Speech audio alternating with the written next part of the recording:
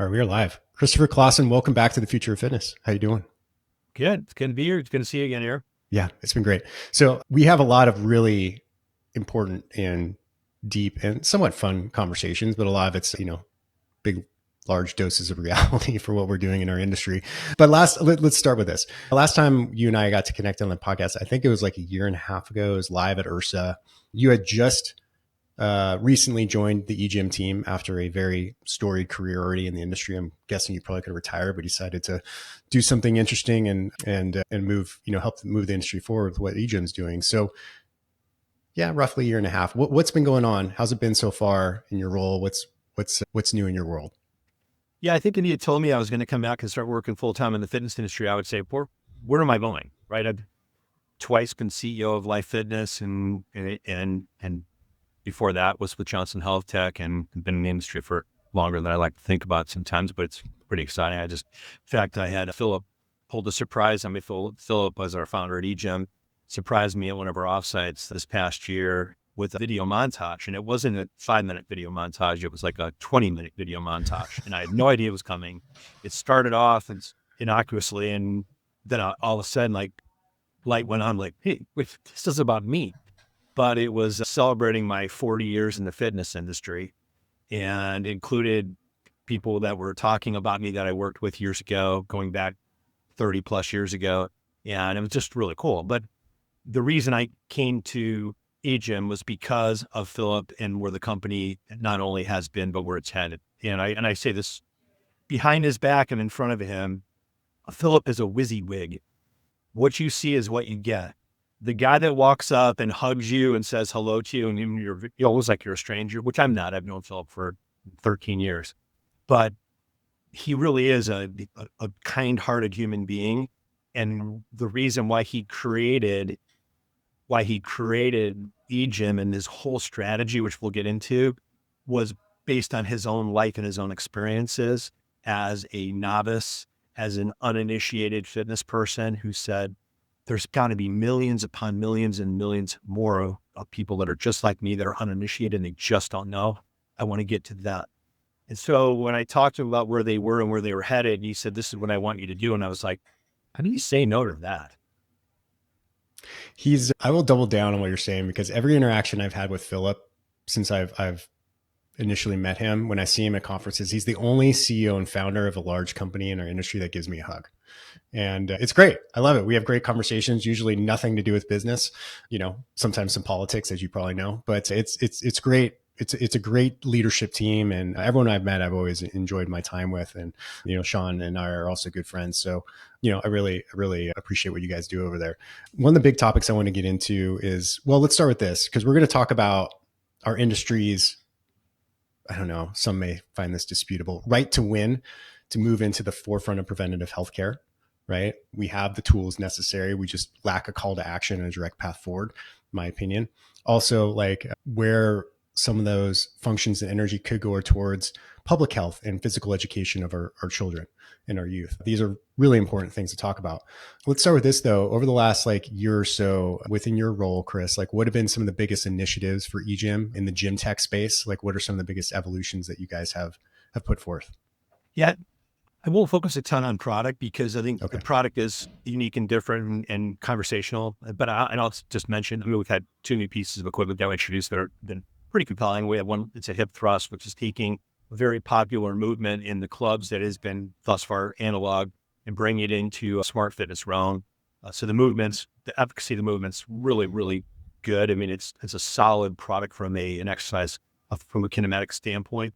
The second is our squat machine, which is just a great piece. It's a self-adjusting product.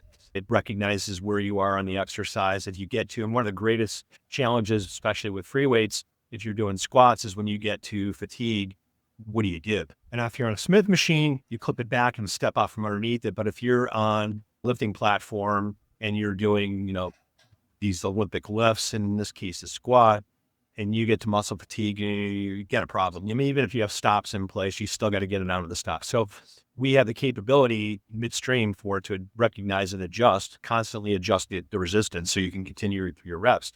But if Smart. you do get to the point where you're fatigued, you just press a button and it pulls you off. So those 2 products are brand new and they're great pieces. But I would tell you that the most interesting part of it, as far as the industry goes, is this product that we have called Genius. And Genius is, to me, game changing. And I've talked about this going back when you and I met at the trade shows, in both the case of FIBO and HSA or HFX. Sorry, I was going to say URSA, and it's two mixed together. I said, this is the first time in my career where I end the conversation with the customer talking about product. I really start the conversation talking about the digital ecosystem that we have with our partners. And I talk about all the things that we bring to bear within that ecosystem, both from our product, including our onboarding through your fitness hub, but the entire array of our partners' products. And so for the last several years, an integration with EGYM, where we have partners like Life Fitness and Star Trek and Stairmaster and Precor and True and others, and Matrix is another big partner of ours. Whenever you look at those conversations, they have been exclusively around cardio equipment. So they've been cardio integrations, which is great because we don't make cardio equipment, nor do we have plans to make cardio equipment. But what changed with Genius was we brought all their analog strength equipment into our digital ecosystem.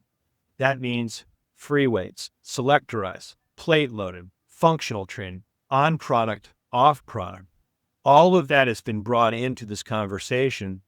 So now we have an entire ecosystem that is holistic in its exercise protocol, depending on your level. So if you're a beginner, intermediate, advanced, or an elite athlete, whether you have injuries and you want to, preclude yourself from doing specific movements because of an injury, all of these are part of our ecosystem, and everything that's in that club, all the way down to and including free weights, are included in the ecosystem. So if your goal is specific, training for a sport, training for an event, we know everything that's in that club because we have it all listed. We have images of all the product.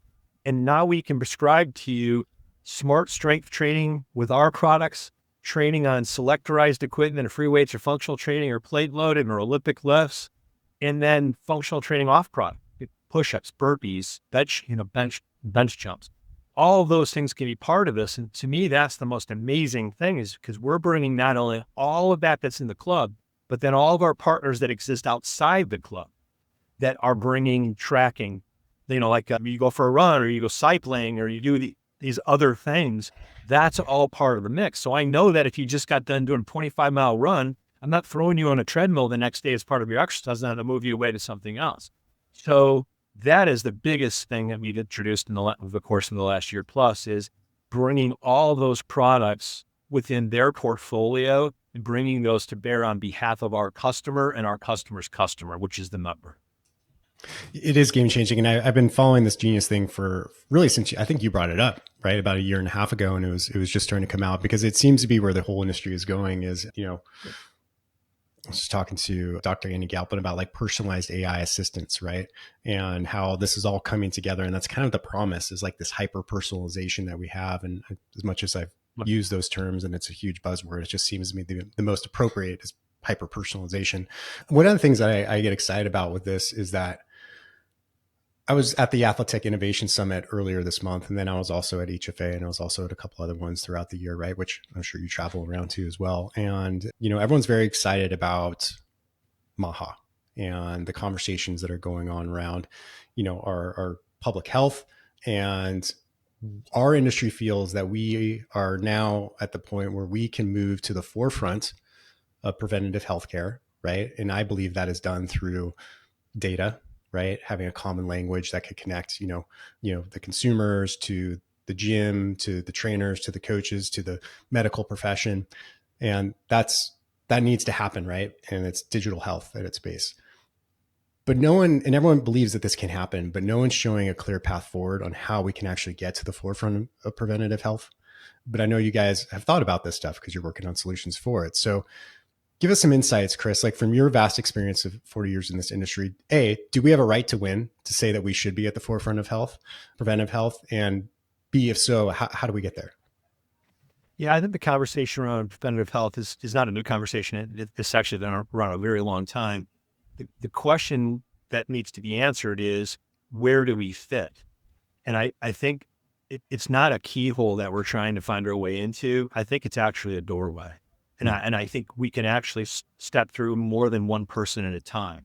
So I think the answer is it's not just a single place. So if you think about a person's, what I'll call their exercise life, okay, their fitness life, their wellness life, their health life, there's all these things that they add that are part of that, right? So their life, if they're hoping to be more capable physically, mentally, and in this case, from a health perspective, there are lots of things that come to bear. Your nutrition, sleep, exercise, just general activity, and then joy, right? I mean, joy is part of it. Find joy. If you work on a job that you enjoy and you work around people and you have friends, all those things are part of being healthy. So when you think about this doorway and how we can help people through that, that I think is really our opportunity. I think we can push people through the doorway, and I think we can pull people through the doorway, and I'll Nice. differentiate those. I think the pushing part is recognizing that there are things that we can do that put people in position to be more capable and successful from a well-being standpoint. And Eric, you and I talked about this a little bit around things like physical education. Okay. In the United States, the really big push for physical education started in the early 1960s. It was with John F. Kennedy. And that's when he recognized, and this kind of goes back even to before that. If you remember, the very first, what I'll call big scare around physical activity was World War II. It actually happened a little bit in World War I, but we were only in that war for a very short time, right? We came in at the very end, last less than 2 years, and we were out. But World War II was a scary moment because what we found is when we started to send people to basic training, to boot camp, they were woefully out of shape, like woefully out of shape. Now, they might not have been overweight, but they weren't strong and they weren't cardiovascularly capable. So when they went for long runs or they're carrying packs, it was really challenging. And so coming out of World War II, people were concerned, like, it was really about war. It wasn't about healthcare system. It was about war and being ready for war. Fast forward to the 1960s. Remember, John F. Kennedy fought in World War II. So, he was an 80 guy. So he understood the implications from a military perspective. He started to see it manifesting itself in society and said, we got a problem here. We actually do. And it's not just about war. It's just about humans and people and citizenry. And so he started this whole idea of physical education. So now you fast forward, it's 2025, and knowing all the things we know about activity and how important activity is, the scariest part of it is that our physical education system and education across the United States is so woefully underfunded. And in some cases, and I'm talking some of the largest school districts in the United States, they have no physical education, none. This is the push part. I think we need to push for a reinstatement of physical education in schools, K through 12, mandatory, because if they're not exposed to physical activity and physical education in those settings, and everybody thinks this is an inner city conversation, it's not just inner city. The two places that are most susceptible are the country, out in the country, and in the city. They're the two places. Now, suburbs, you're okay. Suburbs, you have parks. And most of those school districts in the suburbs, a lot of them still do have PE. It's when you get out in the country and you're in the city, which are large populations where you don't have the PE. But if you don't push them into activity, the chances of them being interested in it as they grow into adulthood is very slim. So I'm going to call that the push part of it. Okay. The pull part of it, and I think it's kind of a threshold thing where in some cases it's a push, in some cases it's a pull. But I think employers can truly encourage their employees to be more active, whether that's putting a fitness center in place, or in the case of our WellPass solution, it's offering those memberships to facilities in an area like yoga studios and Pilates studios and, gyms and, all sorts of different activities. But it's also encouraging them to say, hey, you know what, if you are physically active and you can show me you're physically active, I'm going to give you a lower cost of healthcare. And a lot of companies do that already, where people who don't smoke and people who are active and people who are engaged in behavior, their healthcare premiums as a company get lowered, but they as individuals have lower premiums as well. To me, that's sort of a push and a pull. I'm pushing you to do this. I'm getting the opportunity, but I'm pulling you by saying, if you get over this threshold, there's some good things for you. The second part of this, and this has been something that HFA and SFI, Sports Fitness Industry Association, called the Fitness Association, have been working on since the mid 2000s, is the FIT Act, PHIT. Right. The FIT Act is allowing you to use your flexible spending account, your HSA money, so pre-tax, for physical activity.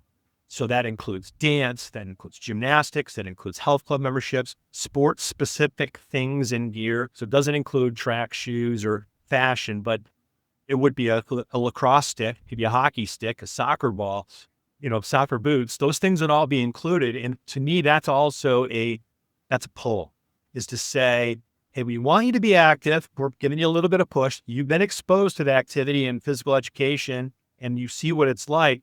And we're going to give you this carrot out here, which is you can use your pre-tax income to do these things for yourself and for your family. So it's not so onerous financially. But again, that's reinforcing that you're active, you're doing the right things, and there's going to be a reward for you when you do that, both personally and as a society. And to me, those are all combined together, are things that the fitness industry, we have this shining light, right? It's these places and these spaces with all these experts that work there, or they don't work there. It's just a place and space for you to go and be active. I think we have a tremendous opportunity to show light. And I'll tell you right now that one of the areas where we have the greatest opportunity is that the biggest push right now on the fitness side, this is what people recognize, is the benefits of strength training. And so, and I'm not saying to the detriment and to the exclusion of cardiovascular training. I'm saying if you're going to try to balance it out and there's 100% available, I think a 70-30 split is an okay thing for strength to cardio. And then that can swing, right? There are times where you're going to do the 70% cardio and 30% strength. But to me, it's a huge opportunity because that's where everyone's sort of heading. But there's another part of this, which is this magic pill called GLP-1 therapy, Right. these shots. They carry benefit and they carry opportunity. The benefit is for people who have all sorts of both self-induced and in some cases out of their control, things that they could not necessarily control. It does diminish that situation, takes away some of those hurdles they can get over. But with that comes muscle waste. And you had the CEO of Eli Lilly stand up and say, this is great. These products that we make are spectacular, but we have this other side of this coin. He's saying that aloud. It's not like he's saying it behind, it's a hot mic situation. So for me, there really only is one true, clear place to go to overcome that potential risk, and that's fitness. Whether that be in the home, whether that be at work in a corporate fitness setting, or whether that be in a facility where you have a membership. All of those are great opportunities for us to say, we are a solutions organization. We're a health club, we're a studio, we're a boutique, we're selling you home equipment. We are solutions oriented, and we have the things that you need. Yeah.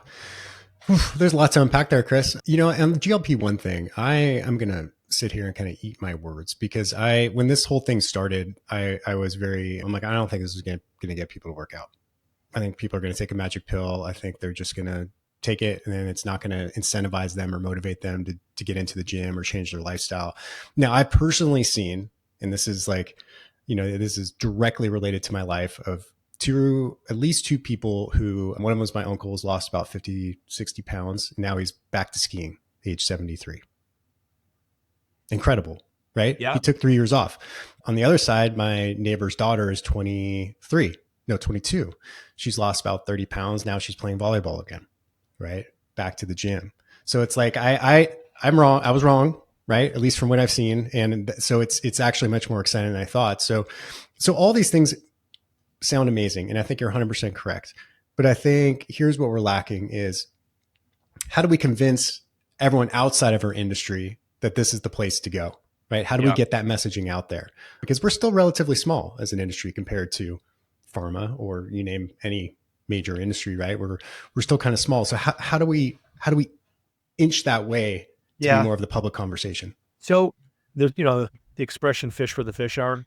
Yeah. So one of the places where the fish congregate is in corporate world, right? It's not corporate America, it's the corporate world. It doesn't matter what continent you're on, the corporate world.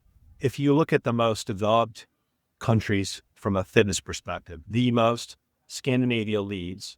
So the Scandinavian countries have the highest percentage of their population that are what they call regularly involved in fitness. And regularly involved, the way that I would see what I would call regular versus the way the industry defines it. The industry defines it as a few to several times a month, not a few to several times a week. It's a few to several times a month, depending on, how you want to classify their activity level.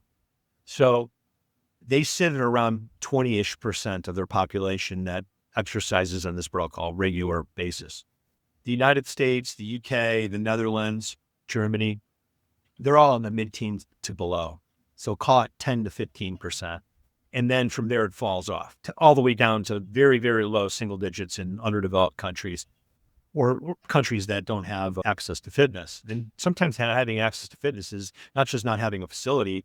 It could be that the facilities are, one, too expensive, or two, they may live in an environment where it's not safe to be out and about. So they just, stay close to home because they're worried about being out. But taking all of that, the entire realm of this conversation, and saying, hey, in the best case scenario, that 80% of the population's in play.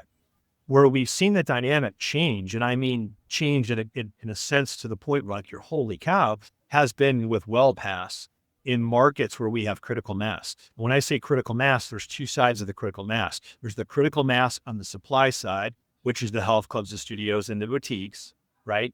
And on the employer side with their employees.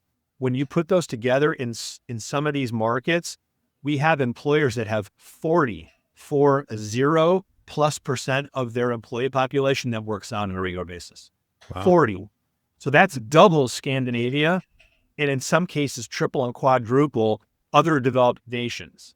So, and the reason it is, and this goes back to the push and the pull, is that the employer is saying, I think this is important. I think fitness is a good thing. I'm going to use it as a recruiting tool as well as a performance tool for you to perform better at work. And I'm willing to put my money where my mouth is because I'm going to pay for 50% or more of your membership. You're going to pay for 50% or less of your membership. That's an approximation. So we both have skin in the game here. And I'm going to encourage you to go out and do this because I think it's good. And, oh, by the way, I'm going to market to you that I want you to do this. I'm not just going to say it. I'm not just going to, but I'm going to market it to you as an employer and say, I have this benefit. I want you to use that. And then we can see, and their HR department can see who's using it and how regularly they're using it. But to me, that is truly game changing, is when you can go from single digits to double digits. And now we're talking about mid double digits. To me, that is truly game changing. And that is where, if you look in the US in particular, we have most of these corporations are self-insured. It's a big deal. If employees have what I'll call catastrophic life events that are self-induced from behavior, that doesn't just hurt that person, although it's really obvious to them and their family. It hurts that company, and it hurts that company and all the employees. Because if you have hundreds and hundreds of people and have bad outcomes because of bad decisions, because they're not fit, they're not eating right, and they don't behave the way that you might if you wanted to be healthy and more capable in life, those companies are affected all the way down to including the employees. So, it's an actuarial exercise. It's science. And if you have a company that has lots and lots of people with bad outcomes, the entire company's rates go up with that, and all the employees pay for it. So I think that, to me, that's game changing. If you can go from 10 or 15 or 20% to 30, 35 or 40% of the population working out, that changes everything. And you see, like, I what you're talking about, I feel it. So we're on my wife's health insurance, and it's expensive. It's really expensive, and it covers almost nothing. We still pay almost everything out of pocket. And I think you're starting to see small percentages of people who are in healthy communities, like the CrossFit Medical Society. I have no idea how they're doing, but I interviewed them like a year ago, opting out, right? It's like, hey, we're taking people who are very healthy.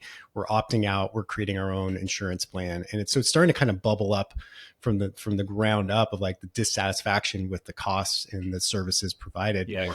what you're talking about here, and maybe also as you answer this for me, Chris, is remind us of the relationship between WellPass and EGYM. But how do we accelerate this? Like these things you're talking about, how do we actively get behind it and start putting a shoulder in it to accelerate these things in different areas? Yeah, so I do think that one of the things that's happened in the industry, I think the greatest change in the fitness industry in my 40 years, and everyone, whenever I say this, they goes, "Oh, what piece of equipment are you going to talk about?" Well, not equipment. The greatest change in the fitness industry has been the franchise model.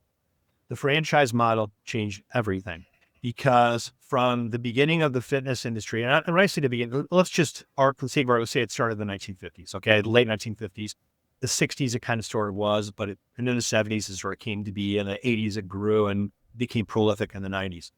But almost through that entire conversation, so from the late 50s all the way through to the 90s, that was a brick and mortar capital expense.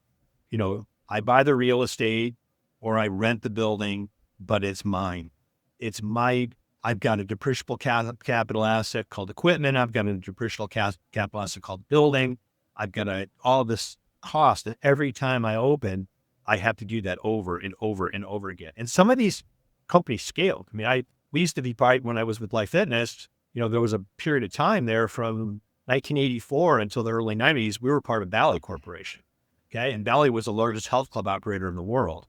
And so every one of those clubs was a Valley club, or the different banners that they bought, right? They bought Jack LaLanne and Nordic and all these different companies, but eventually they became part of Valley. Every time they opened a new club, it was on them. It was their expense. And there have been some tremendous success stories. I mean, I'm not taking anything away from it. LA Fitness, the original Fitness First group, out of the UK expanding, there have been tons and tons of those stories out there, basic that. So the difference is the acceleration, number one. You would go from 10 clubs to 100 clubs in a few years, right? Where in the old days, it might take you a decade to have 100 clubs, okay? And now you're talking about thousands of clubs. And each time that they open, they're opening in clusters. So you have area developers who are responsible for getting operators. They have to open multiple clubs. And so it's spread out, the risk is spread out. So that's the first part of it, was the growth. And the second part is where the growth took place. So if you look at, it doesn't matter what country we're talking about, this is mostly true. It used to be large metropolitan areas that had clusters of fitness available. Then with the franchise model, it spread to the suburbs. And then it spread to beyond the suburbs, to small markets. Became 24 hours, keyless entry, low staff. Pricing model changed. So when I came in the industry years ago, people used to say, you can't make money and they had all their different numbers, right? And Bally back in the day, my first Bally membership, which is going back 40 years ago, my first and I family fitness membership, soon thereafter in California, it was $20 a month. It's $20 a month. Yeah. Okay. So, but as time wore on, that number was like, you can't make money unless you're $29.99. You're not, unless you're at $39, you can't make, if you're not at $49, you can't make money. The number just kept getting ratcheted up. And then this franchise model changed everything. So now not only are they not quite ubiquitous, but they're kind of everywhere. Not only do you not have the time issue, because a lot of these places are open 24 hours a day, but the price point changed. And it went from being, let's call it the $49 a month, which was sort of the mid-price point, to $9.99. $9.90. And all people were like, holy cow, it's close to my home. It costs, it's 2 coffees worth of a membership, right? And in some cases, these places are open 24 hours a day. So to me, that has changed the entire conversation. So we've overcome that hurdle. I think in most cases, people have access to fitness. Now, the second part of it is this pull apart, right? How can I pull you in? And this is where I get to this, what I call the seatbelt law. And I think the seatbelt law changes everything. And so going back to when I was a kid, nobody wore seatbelts, right? We had lap belts, you put them on, you hold them tight. And, if you got in a really high speed accident with a, heavy negative G, it'd split you in half, right? It's like, basically just, like you cut a worm, you cut the person in half. They weren't that great. And they were better than going through the windshield or smashing off the dash, which back then they were metal dashes. But yeah, it wasn't that great. And then in the 60s, they started to have shoulder belts, but they were stuck above your head. They didn't, they weren't, again, you tightened away from the belt. It came down and hooked in, and you either made it super tight, like you're a race car driver, it was loose and it didn't do anything, right? It Yeah. just was there. So I it used to got tuck it better under and my better and better. armpit.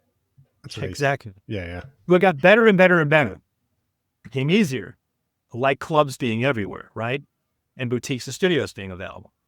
And so the ubiquity of the fitness industry today is a little bit like making it easier for seatbelts, where all cars had them, all shoulder harnesses, including the back seat, including the middle back seat, including the third row. They all had it. It was all easy to use. But what changed when I was a teenager was the law got changed to say, if you don't wear a seatbelt, you're going to get a ticket. And well, by the way, it's not because you got pulled over for speeding and they said, hey, you didn't have your seatbelt on. It's like they drove past you and said, I didn't have a seatbelt on. Spun around, came back with their lights flaring and said, you got to get a ticket because you wear a seatbelt. So behaviors changed. My grandparents started wearing seatbelts. My parents wear seatbelts. I wear seatbelts. And you don't even think about it. You get a car, put your seatbelt on, right? My kids grew up with seatbelts on. But the law changed that. To me, this is where I think everything changes for our industry and where we move our way into this solution conversation, which is we know why nutrition's good. We know why sleep is good. I can't control nutrition and sleep. I can't do that in a health club. And some of these places have food available, but let's just say you're only there for a few meals a week, maybe. But if I can show you the benefits of exercise and I can track those exercises that you do and show you the benefit. So in our case, we have this fitness hub, and the fitness hub is going to measure in four distinct areas, and it's going to assign you a biological age. Okay, so I'll do a little product story here for you, but it's going to look at flexibility. We have a more advanced and more, what I'll call inclusive, more exercises of stretching to see how flexible you are, or a very simple one. You just squat down, squat back up. We're using three-dimensional cameras, HD cameras to measure that. But I'm going to give you a biological age, and I'm going to contrast that with your chronological age. So there's only three ways this goes. You're either younger than your chronological age, you're right on your chronological age, or you're older. And we all know where you want to be. You want to be at least the first two, right? You don't want to be older than your chronological age. So flexibility is part of that. The second part of this is strength. So we can put you on a piece of smart strength equipment. I can do with one piece, but ideally you like to have small group muscle groups, large muscle groups, pushing, pulling, just something, plus minus. But I can determine your strength profile and your capabilities from a strength perspective to assign you a chronological age that I see in the fitness hub versus your bio age, which is what I'm measuring. Okay. That's important because strength is an important component of being healthy. Then I can put you on a piece of cardiovascular equipment, and through relative perceived inertia, exertion, RPE, I can put you on our partners' treadmills, bikes, or ellipticals, and you can go through an exercise where you're determining your level of exhaustion. In this case, you're telling me how you feel, and you're scoring it on scale. And I can determine your cardiovascular age, right? In this case, I can say your bio age for your cardiovascular capacity is here. And again, ideally, it's less than your chronological age. But if it's more than, it's a goal. You have an opportunity here. So I have those three parts of the conversation. And I mean, what's maybe more important than all of these parts of the conversation is I also had your biometrics. So I have to have some sort of baseline, right? I've got this first time I've done flexibility, I have a baseline. The first time I do your strength training, I have a baseline. The first time I do your cardiovascular capacity, I have a baseline. But I also need you to understand who you are as a person. So I need to see how tall you are. I need to see how long your limbs are so that when I'm prescribing exercises where I know what your seat setting should be so you're in a good situation, you can tell me what your level is. Are you a beginner? Are you intermediate advanced? You can tell me if you have any injuries, and then I can weigh you on a scale to see how much you weigh, and I can look at your body composition. What percentage of your body weight is muscle? What percentage is skeletal? Which percentage of it is fat? Now I have a baseline there, and from that I can determine your biological age for biometrics. So now here's the beauty of it is I send you out into the facility to work out, where you go out and you work out in the world, wherever you are, and you come back in 6 weeks and you do this all over again, we get to see the improvement. I get to see how much stronger you are, and you get to see it. You get to see your biological age go down. You get to see your cardiovascular capacity increase and improve. You get to see your biometrics overall. You lose, admit you're losing weight. You may not be trying to lose weight. You might be trying to gain weight, right? You might be trying to get bigger and stronger. But I can take all these things and I can measure those over and over again, and I can show you that improvement.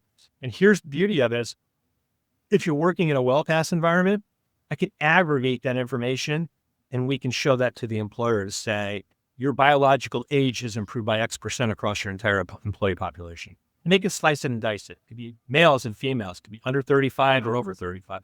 Different ways to cut and slice that one. But now we actually have something we can show you where you are making improvements, and then we can prescribe exercises to ensure that you are making those improvements, provided you do the exercise. Whew.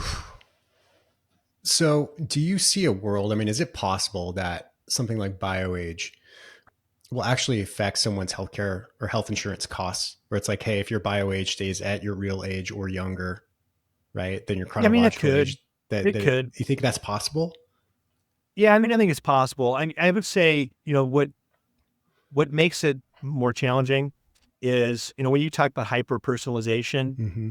an example of hyper personalization is our HIPAA laws, right? So what do you have access to? And I'm not going to tell you that exercise and activity would necessarily fall under HIPAA, because it's not specific, and it doesn't have to be specific, right? It can be specific to you, and it could be specific to you and your employer knows, because it's part of them paying for half your membership, is they want to be able to see, are you going to work out?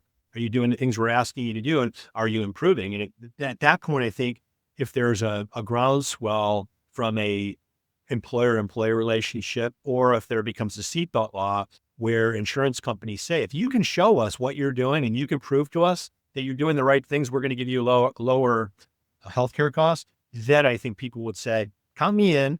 I'm going to show you what I'm doing. I'm going to turn it over to you. And I'm going to, every month or every quarter, I'm going to show you where I was and where I am. Then I think that conversation can be had. Awesome. Well, I think there's another angle here, which I want to get your take on, because having the solutions in place and the technology in place that's scalable, that can show this information broadly, is really critical. And tying into the employers is a brilliant approach. I think one of the things that we saw that became very evident, and this is just my opinion, during the pandemic, is there was a void in overall industry leadership. Like, we were not, if this happened in the 80s to what happened to us in COVID for the automotive industry, and quit it, Ed Hertzman for this quote, Lee Iacocca would have been on a plane in Washington, D.C., right? Saying, hey, this ain't happening. We're putting our foot down, right? We didn't have anything like that I saw happen. And I feel like if there's a lesson we can learn from that period, is like, we need, titans of industry, really, who come up for us and represent us at the highest level. HFA is doing hard work. They're doing what they can on the Hill, but I feel like there's something there. And so what's your take? You've been around this industry for a while. Have you ever seen us evolve into having, those kind of heads of state who can represent the industry, or where do you think we can do better there?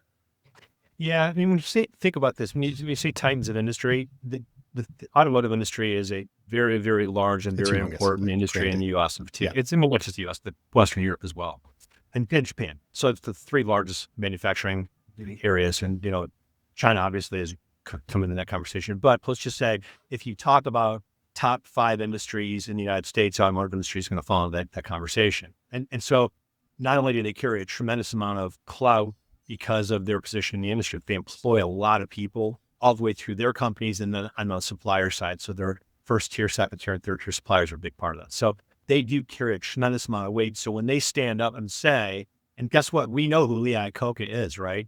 And we knew who Henry Ford was, and Henry Ford II, and Edsel Ford. And we knew people who were leaders of those companies, because they're big, big companies and they're high profile. So number one, a little different there. I do think that the biggest change that we've seen in the industry, particularly from the move from IRSA to HFM, is Liz Clark. Liz Clark is smart. I helped to create the job description for Liz with some others in the industry, and I was one of 4 people that interviewed her for her final interview. And I love Liz because she's what we needed. Is we needed somebody who understood that a trade show is nice. It's not advocacy. Advocacy is everything for us. And so she has not only focused on advocacy, but she's doubled down and she's incredibly enabling. She's enabling herself and the industry to say, guys, advocate, we can't be in this position ever again. We have to be front and center. We have to think about the industry and how do we promote and protect the industry. So I would tell you that if she had been in charge a decade ago, I think we would have had a more cohesive and more effective conversation on Capitol Hill. We wouldn't have been titans at industry that, oh my God, the fitness industry is here. We have to listen They just to them. showed up. Yeah. Oh my God. But if you look at where they lumped us in with restaurants and taverns. I mean, I'm not sure what we share in common with a restaurant or tavern. Oh, and by the way, in a lot of cases, the restaurants and taverns were allowed to stay open. So we're lumped in with them, but they're open and we're shut down. So I do think that moving that organization from being trade show centric to being very much about advocacy is, I don't want to say a cult of personality, because I think that's where we wanted as an industry, wanted to see them move.